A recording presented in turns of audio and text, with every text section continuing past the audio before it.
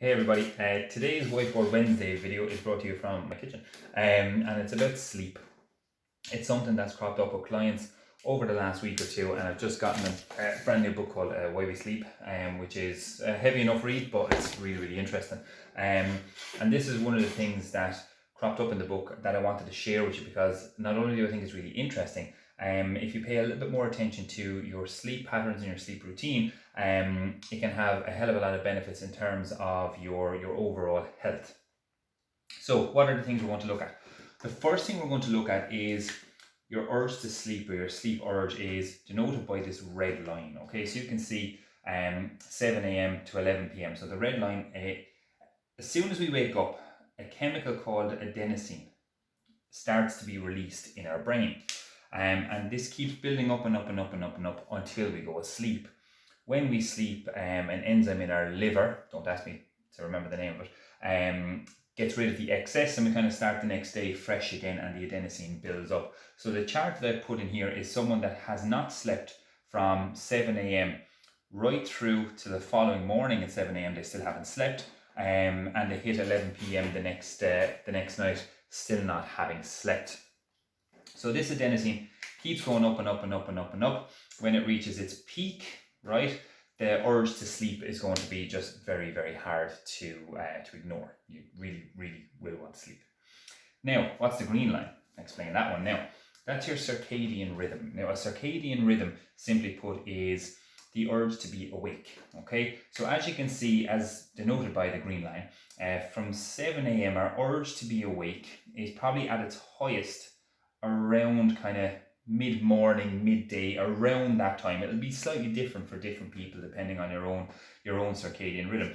But because your urge to be awake is at its highest around that time of the day, and your adenosine is also after, right, the gap between these two lines is very, very small. So the urge to sleep is minimal. So for most of us, around 11 or 12 in the day, we should technically be wide awake. And if you have been asleep at that point in the day, because of your circadian rhythm, you would probably want to be awake, or you'll find it difficult to sleep, which is especially relevant for people who work shifts.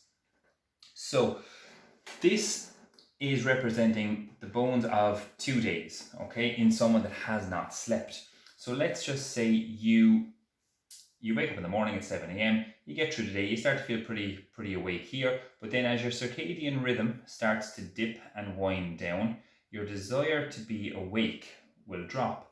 On top of that, you also have the increase in adenosine, okay, which is building up and up and up and up and up regardless of your circadian rhythm.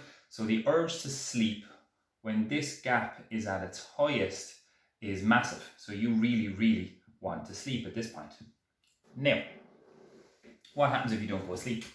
If you don't go asleep, the adenosine keeps rising if you manage to power through.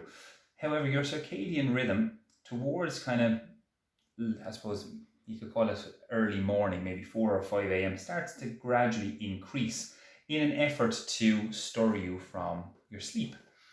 So if you get to this point the next day, so let's say 7 a.m. the following day, right? I'm going to move over on this line slightly. Then the urge to sleep is going to be a lot less. You'll probably feel like, okay, I've made it through and I can power through to the next night.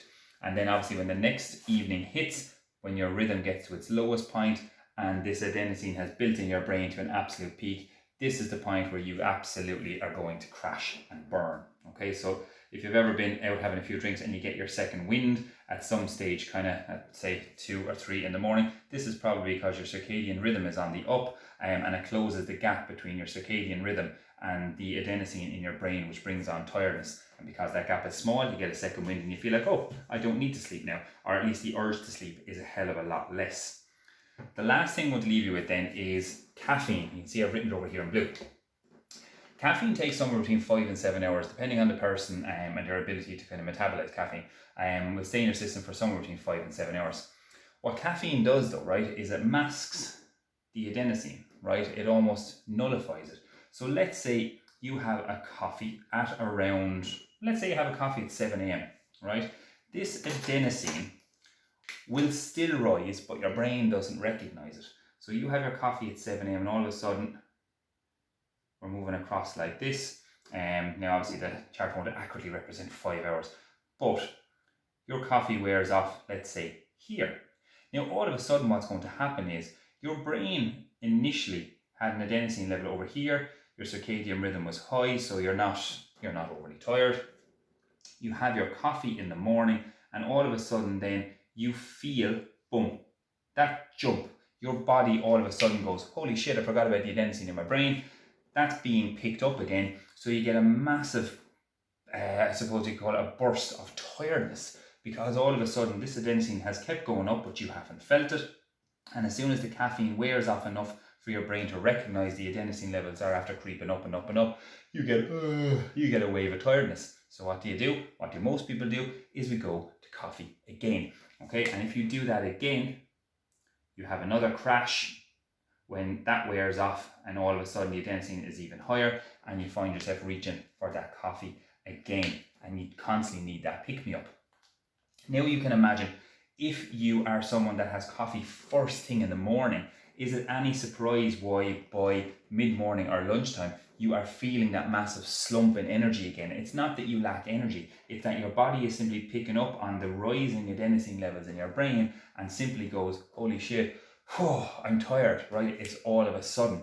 So just be wary that if you are relying on caffeine to keep you awake, you're gonna have to break the cycle at some stage and focus on getting better sleep, especially if you need coffee first thing in the morning. Because if you need coffee first thing in the morning, chances are you're not getting good enough or long enough sleep throughout the night, and that's why you need to pick me up. That's why you have that sudden dip in energy, because your brain is all of a sudden going, holy shit, the adenosine, and then the tiredness kicks in again. And if you manage to stay awake throughout the following night, especially as a shift worker, is it any wonder why you all of a sudden have that massive bang, that urge to sleep?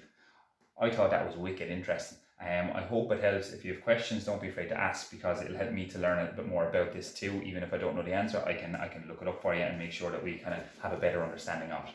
I hope that helps, guys. Now, go to bed, get some sleep.